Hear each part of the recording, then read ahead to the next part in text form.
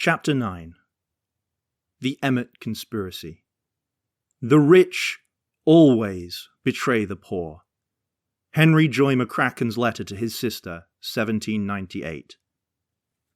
The Emmet Conspiracy, the aftermath of the United Irish Movement of 1798, was even more distinctly democratic, international, and popular in its sympathies and affiliations.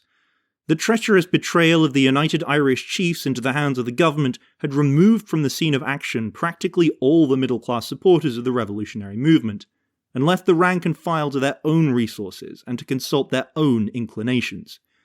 It was, accordingly, with these humble workers in town and country Emmet had to deal, when he essayed to reorganize the scattered forces of freedom for a fresh grapple with the despotic power of the class government then ruling Ireland and England. All students who have investigated the matter are as one in conceding that Emmet's conspiracy was more of a working-class character than its predecessors. Indeed, it is a remarkable fact that this conspiracy, widespread throughout Ireland, England, and France, should have progressed so rapidly and with such elaborate preparations for armed revolt amongst the poorer section of the populace, right up to within a short time of the date for the projected rising, without the alert English government or its Irish executive being able to inform themselves of the matter. Probably the proletarian character of the movement, the fact that it was recruited principally amongst the working class of Dublin and other large centres, as well as amongst the labouring element of the country districts, was the real reason why it was not so prolific of traitors as its forerunner. After the conspiracy had fallen through, the government, of course, pretended that it had known all along. Indeed, the British government in Ireland always pretends to be omniscient, but nothing developed during the trial of Emmet to justify such a claim. Nor has anything developed since, although searches of the government documents of the time, the Castle Rear papers, the records of the Secret Service and other sources of information have been able to reveal in their true colours of infamy many who had posed in the limelight for more than a generation as whole-souled patriots and reformers. Thus, Leonard McNally, barrister at law and legal defender of the United Irishmen, who acted for all the chiefs of that body at their trials, was one of the Catholic Committee and elected as Catholic delegate to England in 1811, looked up to and revered as a fearless advocate of Catholic rights and champion of persecuted nationalists, was discovered to have been all the time in the pay of the government, acting the loathsome part of an informer, and systematically betraying to the government the inmost secrets of the men whose cause he was pretending to champion in the courtroom. But this secret was kept for half a century. Francis McGann, another worthy, received a secret pension of £200 per year from the government for the betrayal of the hiding place of Lord Edward Fitzgerald, and lived and died revered as an honest, unoffending citizen. A body of the Royal Meath Militia stationed at Mallow, County Cork, had conspired to seize the artillery station there, and with that valuable arm joined the insurgents in a body. One of their number mentioned the plot in his confessions to the Reverend Thomas Barry, parish priest of Mallow, and was by him ordered to reveal it to the military authorities. The leader of the plotters, Sergeant Beattie, seeing by the precaution suddenly taken that the plot was discovered, fought his way out of the barracks with 19 men, but was subsequently captured and hanged in Dublin. Father Barry, how ironical the title sounds, received £100 per year pension from the government and drew this blood money in secret for a lifetime before his crime was discovered. It is recorded that the great Daniel O'Connell at one time turned pale when shown a receipt for this blood money signed by Father Barry, and yet it is known now that O'Connell himself, as a member of the Lawyers' Yeomanry Corps of Dublin, was turned out on duty to serve against the rebels on the night of Emmet's insurrection, and in Daunt's Recollections, he relates that O'Connell pointed out to him a house on James's Street, which he, O'Connell, had searched for croppies, or patriots.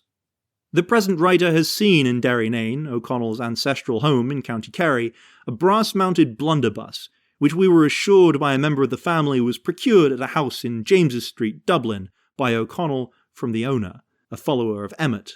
a remark that recalled to our mind that search for croppies of which Daunt speaks, and gave rise to a conjecture that possibly the blunderbuss in question owed its presence in Derrynane to that memorable raid. But although latter-day investigators have brought to light many such treasons against liberty as those recorded, and have revealed depths of corruption in quarters long unsuspected, nothing has yet been demonstrated to dim the glory or sully the name of the men and women of the working class, who carried the dangerous secret of Emmet's conspiracy and guarded it so well and faithfully to the end. It must be remembered in this connection that at that period, the open organisation of labourers for any purpose was against the law,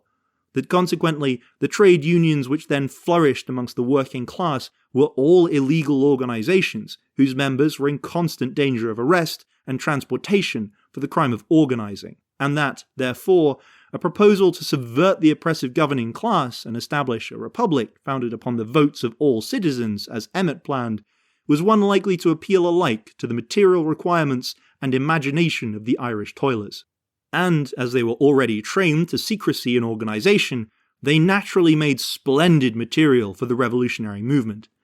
It is significant that the only serious fight in the night of the ill-fated insurrection took place in the Coombe district of the Liberties of Dublin, a quarter inhabited exclusively by weavers, tanners and shoemakers, the best organised trades in the city, and that a force of Wicklow men brought into Dublin by Michael Dwyer, the insurgent chieftain, was sheltered on the quays among the dock labourers, and eventually managed to return home without any traitor betraying their whereabouts to the numerous government spies overrunning the city.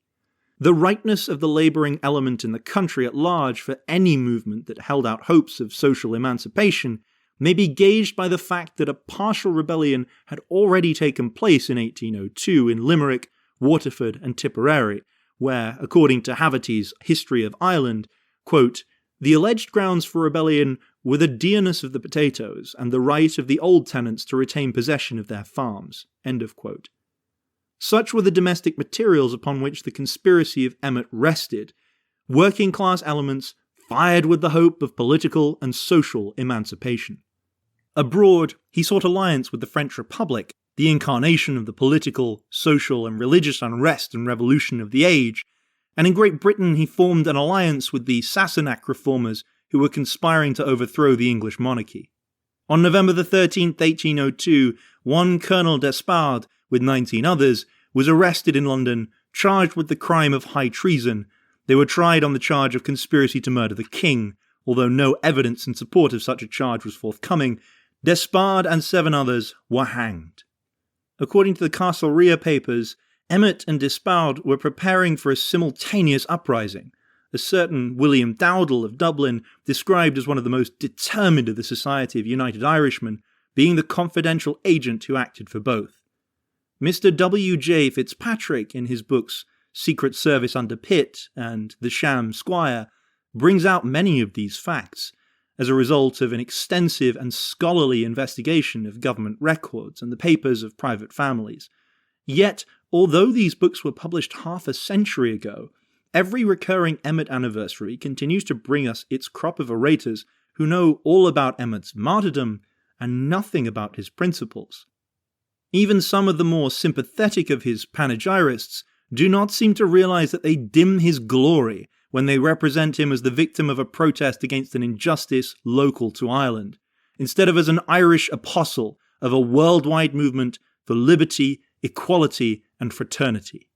Yet this latter was indeed the character and position of Emmet, and as such, the democracy of the future will revere him. He fully shared in the international sympathies of that Dublin Society of United Irishmen who had elected a Scottish reformer to be a United Irishman upon hearing that the government had sentenced him to transportation for attending a reform convention in Edinburgh. He believed in the brotherhood of the oppressed and in the community of free nations, and he died for his ideal. Emmet is the most idolized, most universally praised of all Irish martyrs. It is therefore worthy of note that in the proclamation he drew up to be issued in the name of the Provisional Government of Ireland, the first article decrees the whole-scale confiscation of church property and the nationalising of the same, and the second and third decrees forbid and declare void the transfer of all landed property, bonds, debentures, and public securities until the national government is established and the national will upon them is declared. 2 things are thus established, viz., that Emmett believed the national will was superior to property rights and could abolish them at will, and also that he realized that the producing classes could not be expected to rally to the revolution unless given to understand that it meant their freedom from social as well as from political bondage.